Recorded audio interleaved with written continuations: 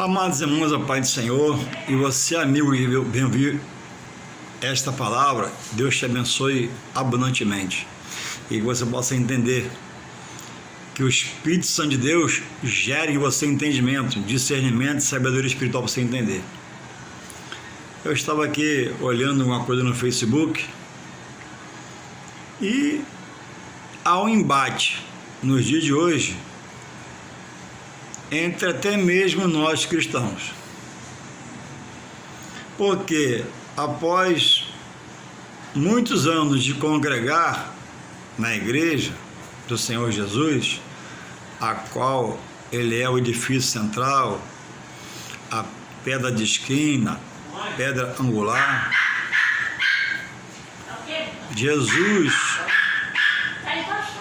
que herdou todo o poder do Pai e tem o poder de tudo aos seus pés. Tudo está aos pés do poder de Jesus que herdou do Pai. E nós somos herdeiros desse poder, de todas as heranças escritas por Ele na palavra, por Jesus. Por Jesus nós somos cordeiros de Deus. Isso é bíblico. Para quem já aceitou no seu coração Jesus, o recebeu e Ele o aceitou. E confessa o seu nome, crê que os seus pecados no sangue da cruz foram remidos, fomos lavados. E se pecarmos, porventura, por sermos sujeitos à falha, lá em 1 São João 2, versos 1 e 2, diz que ele é meu advogado, eu creio, e ele é meu intercessor. E esse papel não é mais de ninguém, no plano espiritual. No plano terreno, a mãe intercede pelo filho, nós pelas autoridades, pelos pastores, pelos doentes, pelos enfermos, pelos maus elementos. É uma intercessão do homem para com Deus, em função de ver o mal na terra e querer que o bem frua nessas vidas. Agora, no plano espiritual, diretamente, Jesus, Deus estabeleceu que Ele é o advogado do homem para interceder por ele e é intercessor para rogar a Deus por ele. Esse papel, se você vê diferente, eu te respeito, mas você observa, para não ficar na contramão da palavra, dando autoridade a quem Deus, pela sua palavra, não dá essa autoridade. E você não se tornar um empecilho de Deus, um que vem desanimar a outros na caminhada. Não que alguém possa ser empecilho de Deus, mas por ignorância está falando contra Deus, o que Deus não dá veracidade na palavra, porque a regra de fé é crer em Deus, né? E crer por onde? Pelo que o homem me fala? Não, pelo que a Bíblia diz. Se o homem fala Bíblia, eu creio. Se o homem revela a Bíblia, eu creio, está na Bíblia. Não está na Bíblia? E nem tudo também está na Bíblia, né? Pode estar em livros paralelos de teologia em relação às coisas sagradas. Mas presta atenção. Se você for aquele que crê só pelo ouvir, você pode esquecer. Mas se você crer por estudar, aí vai afurir o quê? Vai afurir conhecimento. E existe um embate entre nós, porque muitos têm saído, rompido com Deus, porque rompeu com a igreja. Quem rompe com a igreja, biblicamente, para quem estuda, sabe que rompe com Deus, porque a igreja é a porta da salvação para o homem caído após o pecado de Adão, primeiro no Éden, entrar e se limpar, se purificar e ter uma fé aguçada, porque a Bíblia diz que a fé vem pelo ouvir, mas não é ouvir uma boa música, não é ouvir Roberto Carlos, não é ouvir um bom palestrante da vida secular, não, é ouvir a palavra de Deus. A fé genuína é Deus que tem e Deus é quem dá a cada um que o procura, que o aceita, que é o dízimo, né? Então, para você que crê no dízimo, para quem crê, ainda crê, como eu, irmãos, amigo que me ouve, antes de você chegar lá, onde você congregava e largou, ou hoje congrega, Alguém trabalhou para você chegar lá e achar pronto. Foi feito um templo, muito esforço, através do dízimo, ofertas voluntárias, votos. E aquele edifício, que era um sonho de alguém, que Deus colocou no coração de um pastor, se tornou realidade. E você, enquanto isso, antes de lá chegar, você estava talvez amarrado ao espiritismo, ao satanismo, à cachaça, a vícios, era um drogado, era um prostituto, era um adúltero. E está lá alguém que Deus colocou trabalhando por você, e você nem sabia. Mas você já era fruto do amor de Deus na sua onisciência.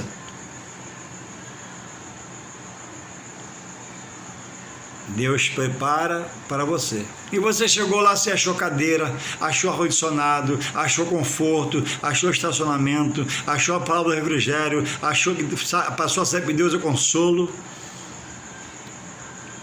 Então, para você que é dizimista e que me entende como eu, você sabe o que é a grandeza de ser um dizimista. Embora não dizimamos para sermos grandes. Pelo contrário, né? Dizimamos e diminua a nós e cresça a Deus. E a força do Evangelho. Esse Evangelho nos alcançou.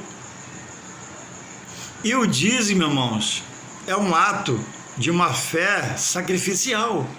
Porque às vezes a situação, por ela, não permite, não é dar, nem doar, é entregar o que Deus pede que não é meu, que são os 10%. E esse dinheiro, quando bem usado, é revertido em manter dispensa cheia para os membros da igreja, para os familiares não cristãos, para aquele necessitado que chega, o pastor prontamente dá uma bolsa de compra, dá um gás, dá uma passagem. Quando a igreja tem essa grandeza, paga o salário do pastor, que é digno do salário, a Bíblia diz, não é nada de invenção de homem. Banca gasolina para o pastor fazer a obra quando tem condições de ter um carro. Antigamente o pastor andava de cavalo, ou de égua, né? Ou talvez numa mula, ou talvez num burro.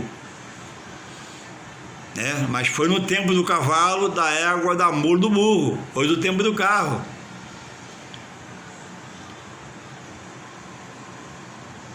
Antigamente, em tempos longínquos, uma igreja ia visitar outra talvez de trem em algum lugar, só tinha um trem. Hoje a praticidade é carro, helicóptero, avião, Boeing, viagens rápidas.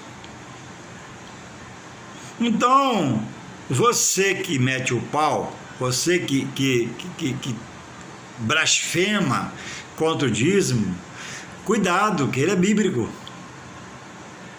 Você que deixou de acreditar.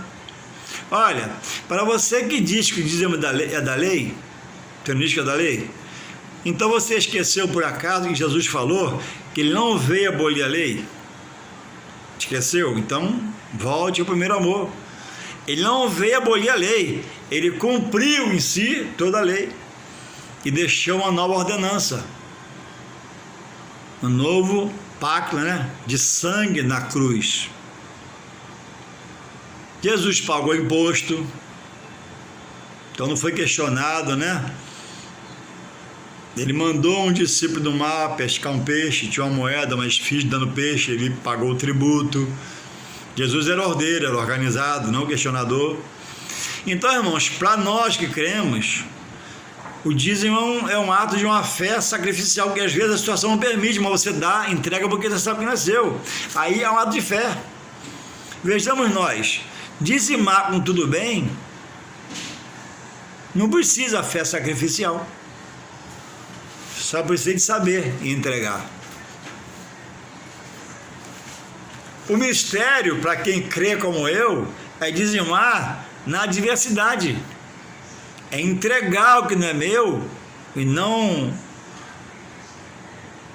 reter o que é de Deus para a obra, porque eu creio que a obra é redentora, que a igreja precisa estar limpa, organizada, ordenada. O pastor precisa do seu salário quando há condições de ser pago. Por isso que nós que cremos, em detrimento a quem não crê, dizimamos, porque entendemos que se eu dizimar, a obra continua, se eu não dizimar, continua também, porque Deus não depende de valores de ninguém, mas deixou a ordenança, porque como deu o ofício de pregação ao homem, não deu ao anjo, deu também o ofício de manter a obra na mão do homem, mas quando o homem não supre, ele supre. Elias pensou, né? Senhor, mataram todos os seus profetas, só eu fiquei. Elias falou sem soberba, né? Pensou, Deus, ó, Elias, calma aí. Eu não sou homem igual você, não. Eu sou Deus. Eu tenho minhas reservas. Eu tenho 7.000 que não se curvaram a Baal. Então, se você não dizimar, você só está fora da ordenança, da palavra. E ficou essa prática inflamada, principalmente pelos desigrejados, que combatem a igreja, o templo, alugam uma casa, se reúnem lá e são o líder um do outro. Abolir a ceia, abolir o batismo, se rebelaram com a igreja, contestam a igreja, blasfemam contra a igreja e por aí vai. Contestam o salário do pastor que é bíblico, se você procurar o que você acha. Contesta os manjares estabelecidos na palavra para a igreja cumprir no seu cerimonial. Eu já falei o batismo, a ceia. A ceia que os desigrejados, o MGA, Ministério, esqueci o nome agora,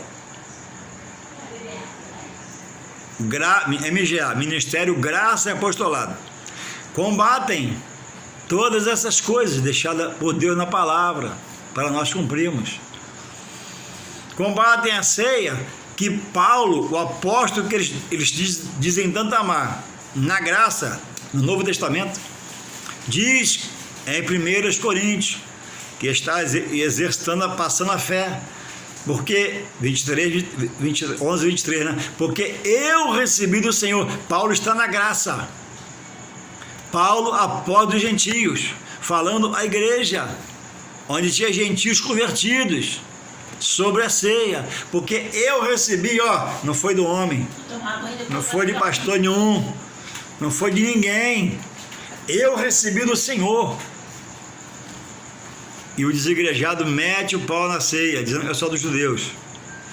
Se a ceia é só dos judeus, me lembra agora o Espírito Santo, Jesus disse, né, que um dia voltaria a cear, mas não aqui na terra, diz o texto, lá em cima, com a igreja arrebatada.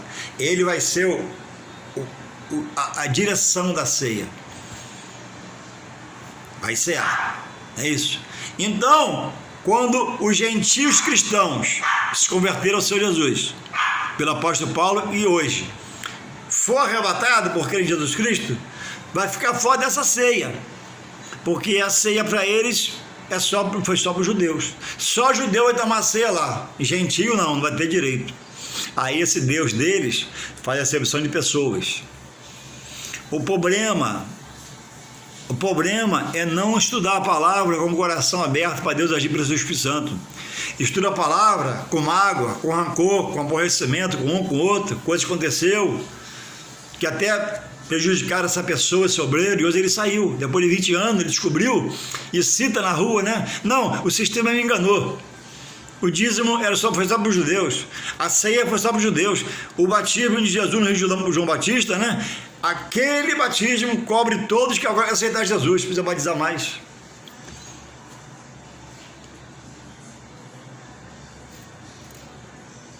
Caminhos de perdição, caminho de condenação, uma palavra dura minha, segundo a Bíblia, estudo meu, olha, caminho do inferno. Uma vez foi iluminado e deixou-se corromper em seus sentimentos, pensamentos, e agora contesta tudo que é de Deus, manjares que ele preparou. Então, irmãos, você que não dizima e contesta, você, vejamos que o seu problema nem é o dízimo só, seu problema é o dízimo, é a ceia, é o batismo, é o templo que está aberto como casa de Deus, que você alugou uma casa, não toma ceia, contesta, não batiza, contesta o batismo. Casamento, como eu já vi um relato, alguém onde eu congregava queria se separar da esposa e estava em um lugar desse tipo. Eu falei, mas sua esposa? Não, lá não está dando certo, separa. Aí Jesus falou para não separar da sua mulher enquanto ela viver, né? O homem está ligado a ela pela lei, então ele não aboliu o casamento para quem quiser destituir. Ele diz que juntou o homem, o que ajuntou ele não separa o homem. A Bíblia diz, acho que é Gênesis 2:24, né? Aí deixará o homem a sua casa e se unirá a uma mulher e serão dois o quê? Uma só carne, na conjunção carnal. A minha esposa é o meu prazer, a minha esposa é o meu gozo, a minha esposa é a minha alegria, a minha esposa é a minha satisfação, a minha esposa tem que ser o meu tudo. Aí, muita separação. Mas eu estava meditando esse dia com meus botões aqui, estudando a palavra. Poucos que se separam ficam na palavra de Jesus, que fique só. Não. Você pode pegar aí de 100% de casais que se separam por coisas mínimas, não querem suportar nada, contrai outra núpcias, contrai do casamento, geram outros filhos em total desabono com a verdade de Deus. A sua mulher é a sua porção. Ah, mas ficou feia, mas você namorou, teve tempo de pensar. Ah, mas minha esposa você não conhece, mas Deus conhece. É o que muitos falam, né?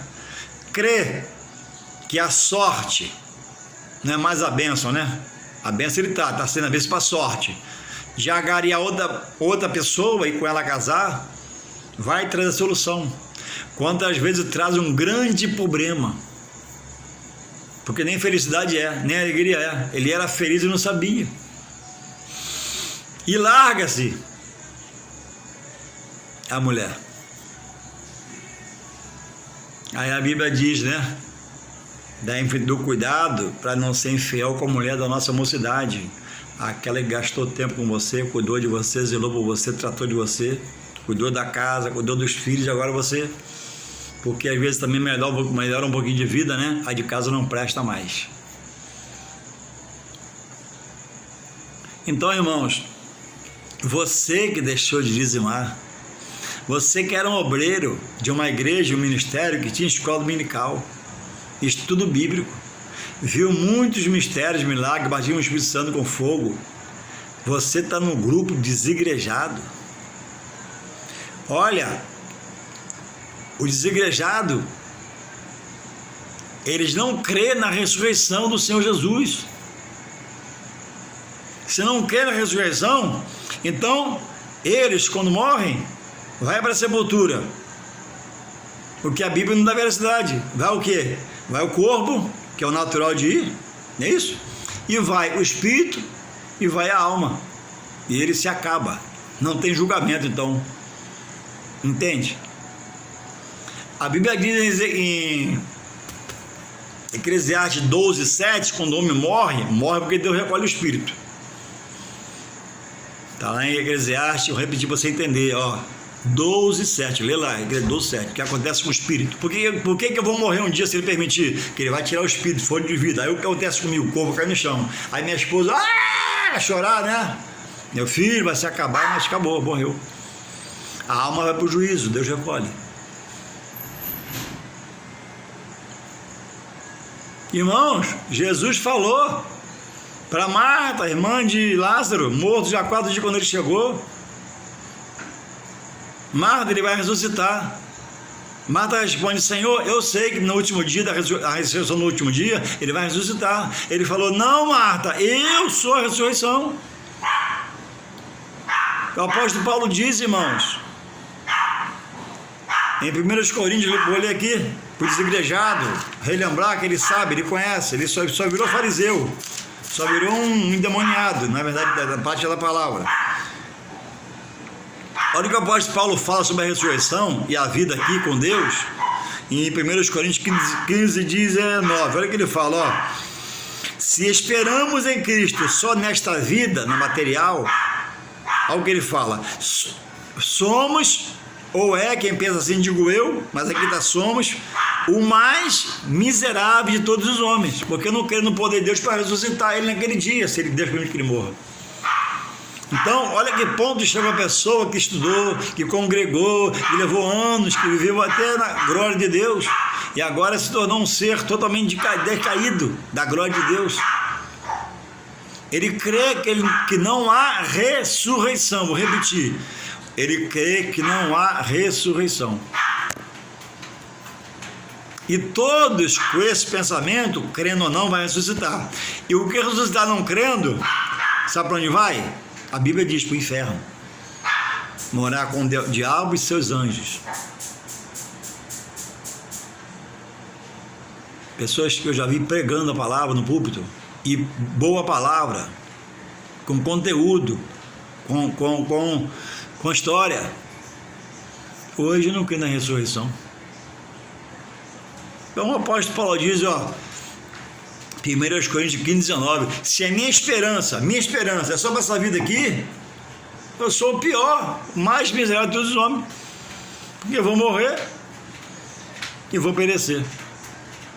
Mas Lázaro já fedia de 4 dias, que Jesus falou: tira a pedra lá do sepulcro, era na pedra, na caverna, tira a pedra, Lázaro, sai. E todo mundo certamente, né, abriu o olhão, porque ele é a própria ressurreição, o Pai o ressuscitou. Então, amigo, você que se tornou desigrejado, que é do Ministério MGA, Ministério Graça Apostolado, aboliu a aliança com Deus, mete o pau nas coisas de Deus, olha, só tem um remédio para você: volte ao primeiro amor. Só Deus pode renovar o entendimento, dar um outro discernimento, dar um lampejo de graça para você acordar e fazer assim: opa, peraí, eu não creio na ressurreição.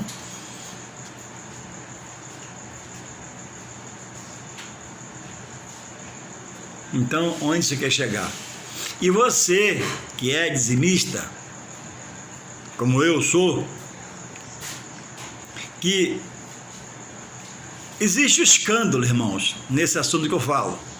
Eu já vi nessa pandemia pastor falar em uma promoção de dízimo, 5%. Irmãos, existe pastor com P maiúsculo e existe pastor, né? Vamos botar 5P minúsculo.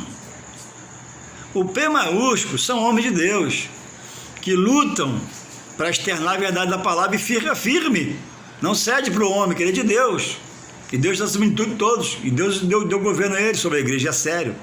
Existe, irmãos, aqueles que se fazem pastor, abre a portinha e vale tudo, porque ele quer o conteúdo, do pouco que entrar é pro bolso dele. Agora, deixa eu te falar uma coisa, você que não entende na palavra e contesta essas coisas, ó, nenhum escândalo de pastor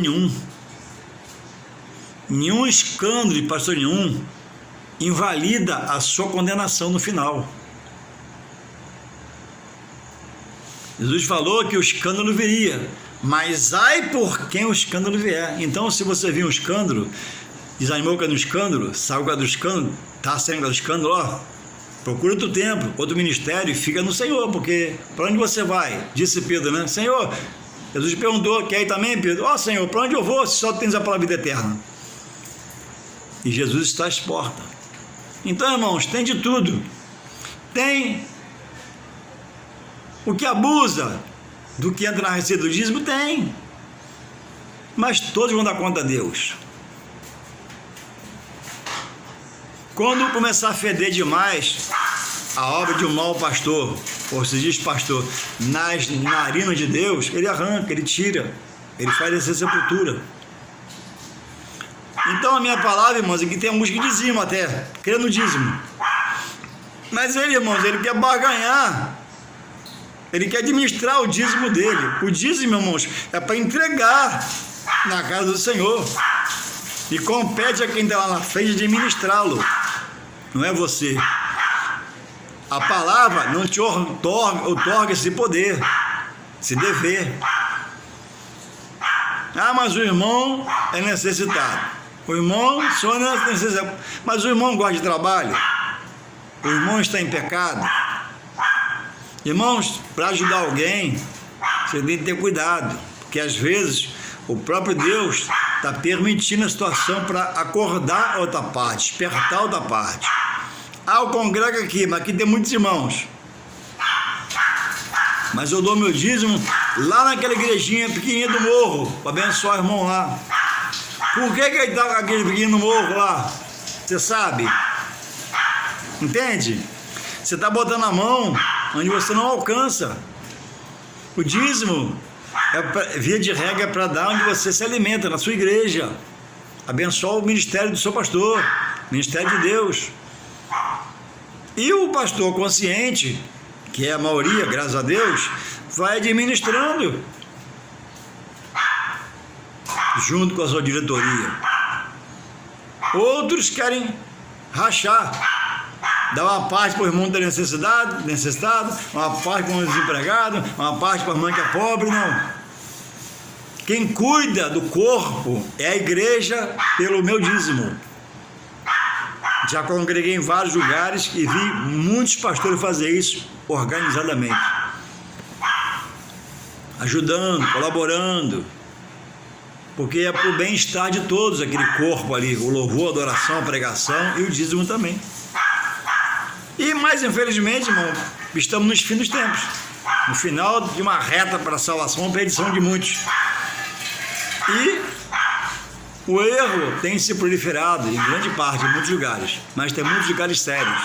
Se onde você está mudou-se tudo, se onde você está pode se separar da mulher, pode arrumar outra mulher, Deus não está nisso. Se onde você está pode casar pessoa amaziada, amigada, sem legalizar o casamento, não. Se onde você está diz que é união estável, né, é aceita pelo homem, é verdade, mas diz lá o dirigente, a união estável não é casamento, é o arranjo da lei para facilitar uma organização na morte de um cônjuge, uma conta de água na SEDAI, prefeitura, cartório, herança, e assim vai. União estável não é casamento, casamento é casamento, união estável é união estável. União estável é uma segurança no papel, casamento é uma segurança no papel e legalize sua vida para Deus. Então, se batiza onde está gente amigada, se casa gente amigada, se negocia o dízimo, Deus não está nisso, o Espírito Santo não está nisso. Reveja seus conceitos e procure estudar para aprender, para não ser enganado. Irmãos, vivemos dias difíceis, de muito engano e mentira. Olha, vou te falar uma coisa, por experiência minha, da parte de Deus. Não se entregue 100% ao homem que te dirige, ao pastor da igreja, porque ele é homem e pode falhar. Mas olha, eu tenho um conselho para você: receba o seu ministério que é de Deus, ame, ore, ajude, colabore. Por quê? Porque pode falhar. E se você estiver amarrado a ele, você vai defender o erro dele.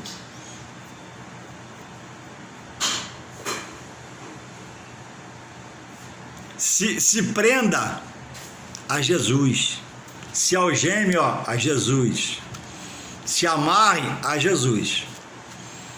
Esse é inerrante, infalível, imutável, é misericórdia, é bondade e tem a direção para você. Por isso que é preciso, irmão, estar atento à palavra que se prega na igreja. Estamos pregando o que na sua igreja? Observa. Não seja um reparador, mas um observador, repare. O que fala na sua igreja sobre o dízimo? Em alguns lugares, irmãos, é tanta aberração que, quando o apóstolo Paulo quis ajudar os crentes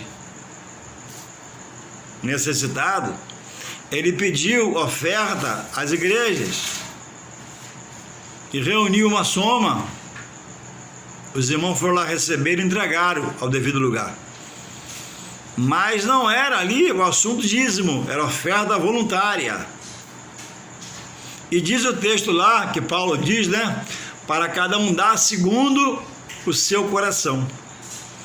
Mas vejamos que o dízimo não é segundo o meu coração, o meu querer, quanto eu acho que vale. Não, o dízimo é 10%. Então pegaram-se até texto bíblico que fala de oferta para virar contexto para não dizimar o valor real e dar o que quer. E pastores, não estudando a palavra, recebem isso com louvor, porque é melhor, deixando a palavra como faltosa diante da igreja. Não obstante, né? Era para se pegar a palavra, abrir o texto, ó, é assim. Não vamos mudar nada, não. Quem achar que é para dar, dá. Quem achar que não é, resolve com Deus. Sem radicalismo, sem ignorância, mas firmeza. Porque o pastor, a igreja precisa do pastor ser firme. Não para brigar, não para radicalizar, mas para organizar. Alguma dúvida que se é trazido, algum questionamento, né? Não, mas eu vi lá e trouxe para cá, lá é melhor. Não, mas o melhor está errado, o melhor é o pior. O melhor para Deus é o melhor segundo a palavra, e o pior para Deus é o pior segundo a palavra. Então, Elias não falou para Israel e para os profetas, para Israel, ó, se Deus é Deus, segue, se é o diabo, segue o diabo, Baal. Então, irmãos, se o dízimo é bíblico, amém, vamos dar. Se não é, então você não dá. Mas, barganhar 5%, pegar um texto que fala de oferta alçada para ajudar irmãos em situações de necessidade, e porque está escrito lá no texto, né? Não, cada um, né, contribua segundo o seu coração. Não é texto que fala de dízimo, fala de oferta, de ajuda. Eu não posso abençoar alguém com o dízimo que é de Deus para me levar para a casa do Senhor. Se eu quero abençoar alguém que eu acho necessitado, eu tenho que abençoar da minha parte que fica. Abençoando o que não é meu, que é de Deus, que ainda não dei, que fé que eu tenho nisso? Se eu estou descumprindo a ordenança para quem crê. Então a questão toda é que não se estuda a veracidade. Aí vem uma notícia que parece que é boa e se mastiga, digere aquilo, come e está tudo bem.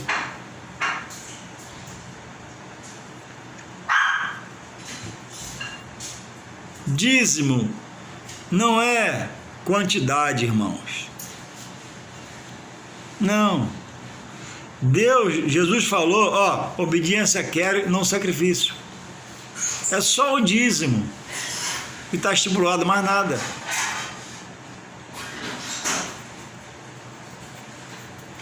E aí a gente vê, né? Pessoas que não têm uma palavra, não recebem uma mensagem nos cultos para aguçar, para despertar. Outros, porque não estuda, membros, dizem, né? Eu não dou, como dízimo que é muito pouco. Você erra por não conhecer a palavra, a sua escritura, nem o seu poder. Dízimo não é quantidade. Seu dízimo é quanto? É 20 reais? É 20 reais o dízimo. É 50? É 50. Aí muitos não dão como dízimo, dão uma oferta alçada, voluntário, o que é o seu dízimo, por ignorância. E não ter, às vezes, explicação devida. por parte da direção do núcleo da igreja para o corpo. Dízimo não é a quantidade. Quem tem mais dá mais, quem tem menos dá menos. E abençoa do mesmo jeito. Louvado seja o Senhor. A Bíblia diz, irmãos, conhecereis a palavra e ela vos libertará. A Bíblia diz, errais não conhecendo a Escritura, a palavra, o seu poder.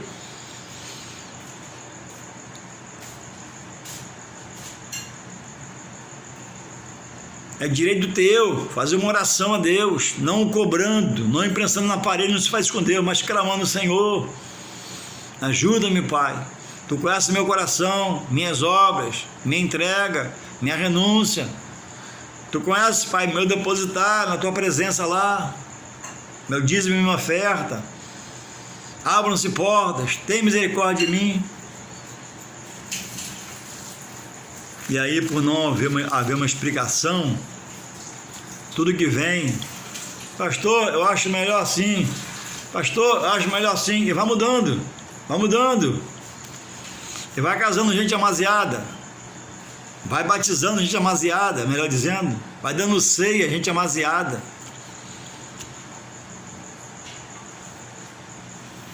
Louvado seja o Senhor. Então, irmãos, só pelo estudo virá a libertação. A palavra de Deus não é de quem está na direção, que às vezes pode falhar. Está na direção, não quer acertar, já é falho. Não foi chamado. Se faz chamado e monta a sua banca lá e diz que é uma igreja. A vida espiritual de cada um de nós deve ser a coisa mais importante. Tem que estar onde Jesus pede, examinando a palavra, João 5,39, porque ela testifica de mim. Então, reflita sobre onde você está. Não é para reparar, mas reflita o que estão lendo, o texto que está lendo, como está sendo exposto o texto. Estuda em casa, medita em casa, pede sabedoria a Deus, para não ficar no ministério mais ou menos, no ministério frouxo na fé, no ministério que não te faz agigantar, crescer, respirar a vitória, mas andar cabisbaixo, cambaleando, tropeçando, desanimando. O apóstolo Paulo diz, o versículo que eu falo, em 1 Coríntios capítulo 2, verso 4, que a palavra que ele pregava, o evangelho que ele vivia, não era dele, de sabedoria humana, embora ele fosse poliglota, tinha poder de Deus, mas ele era espírito e poder. E esse evangelho de Paulo que ele viveu é de Deus, ele muda, transforma, ele renova. Você não pode aceitar estar num lugar e se sentir cansado, desanimado, já quase saindo, ou já saiu, já tudo, só ficou o corpo, não tem prazer de ir, porque não é movimentado pelo Espírito, não é dirigido pelo Espírito diretamente, é mais pelo homem que pelo Espírito. Quantos ministérios, irmãos, fecharam-se as portas, não tem escola dominical? Quando dá para ter escola dominical, vai pouca gente, o espaço é amplo, dá para ter a máscara, o álcool gel, liga o ventilador e vai ser uma bênção. Ficou, né, que o caminho da igreja, para muitos pastores, é o caminho do vírus. Para muitos ministérios, o caminho da igreja é o caminho da morte. Não! O caminho da igreja é o caminho dos vivos, dos ressuscitados, dos pecados perdoados remidos por sangue da cruz. O caminho da igreja é o caminho de libertação, de cura, salvação, de abrir os olhos, abrir os ouvidos, dizer, Senhor, eis-me aqui para ouvir a tua voz, falar comigo e se renovar. Não obstante, homens de Deus, e eu ouvi falar em fé, todo domingo escola dominical não tem, porque é perigoso. Aí, se vai na padaria, se vai na peixaria, se vai, anda-se no ônibus, pega-se no metrô, até um avião se precisar, vai na pizzaria, vai na festa, vai no casamento, mas a escola dominical não dá. E aí você fica assim, o pastor, o que eu vou com o pastor? Cadê os anos de fé que ele falou? Cadê a alegria do Senhor que ele falou? Cadê a novidade de vida que ele falou? Irmãos, abusar é uma coisa. Se o pastor é um ancião, bota lá um obreiro mais novo. Deixa o pastor na reserva, vamos cuidar do pastor.